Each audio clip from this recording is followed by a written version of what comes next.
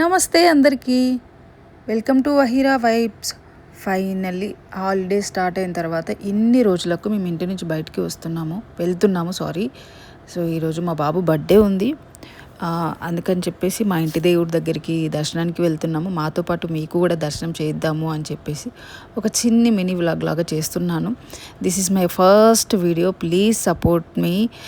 Voice ఎలా ఉన్నా కొంచెం నాకు మాట్లాడడం సరిగా రాకపోయినా ప్లీజ్ ఎక్స్క్యూజ్ చేయండి.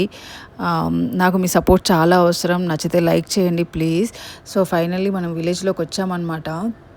ఇది కర్ణాటక డిస్టిక్ కరికినల్లి విలేజ్లో ఉంటుంది. చాలా బాగుంటుంది. చాలా చాలా మంచి వైబ్ ఉంటుంది టెంపుల్లో. వెళ్ళే దారంతా ఇలా ఖాళీగా ఉంటుందన్నమాట. చాలా మట్టి రోడ్డు, చాలా ప్లెజెంట్గా ఉంటుంది. నాకు ఇక్కడికి వెళ్ళిన ప్రతిసారి ఎలా చెప్పాలి దీని గురించి అంటే చాలా ప్లెజెంట్గా ఉంటుంది. ఇలా కూడా కాదు, ఏదో లోకానికి వచ్చేసాము లాగా ఒక ఫీల్ ఉంటుంది నాకు. చాలా బాగుంటుంది. ఈవెన్ టెంపుల్ కూడా ఒక మంచి వైబ్ ఇస్తుంది. మీలో ఎంతమందికి తెలుసు ఈ టెంపుల్? నాకు బిఫోర్ మ్యారేజ్ అస్సలు తెలియదు పలానా ప్లేస్లో ఇది ఒక టెంపుల్ ఉందని కూడా నాకు తెలియదు అసలు. మా హస్బెండ్ వాళ్ళకి ఇది ఇంటి దేవుడు అనమాట. సో ఏ చిన్న కార్యమైనా వాళ్ళు ఇక్కడికి వచ్చి దర్శనం చేసుకొని వెళ్తారు. సో ఈరోజు మా బాబు బర్త్డే ఉంది, అందుకని ఇక్కడికి దర్శనానికి వచ్చాము. అండ్ మోర్ ఓవర్ మా వాడికి ఏదో మొక్కుంది అని చెప్పేసి జుట్టు తీయించాలి అని చెప్పాడు. సో అందుకని చెప్పేసి వచ్చాము.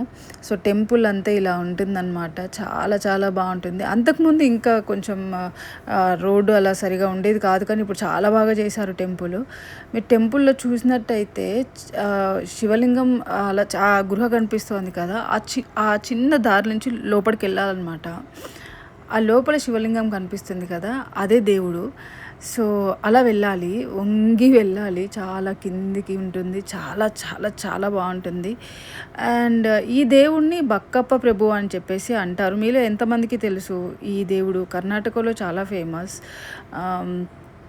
ఇక్కడికి మనకైతే హైదరాబాద్ నుంచి 3.5 hours 4 hours జర్నీ ఉంటుంది. సో ఫైనల్గా మాకు దర్శనం అయింది హ్యాపీగా.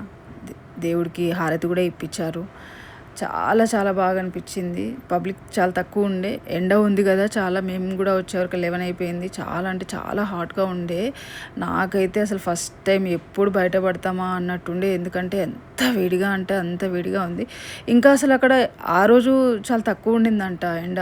అమ్మ బాబోయ్, హైదరాబాద్లోనే తట్టుకోలేకపోతున్నాం అంటే ఇంకా అక్కడ ఇంకా చాలా ఎక్కువ ఉంది అని చెప్పాను కదా. మా వాడికి ఏదో మొక్కుందంట అని చెప్పేసి దర్శనం అంతా అయిపోయిన తర్వాత గుండు తీయించుకున్నాం, ఎందుకంటే హెయిర్ తీసే అతను లేట్గా వచ్చారు.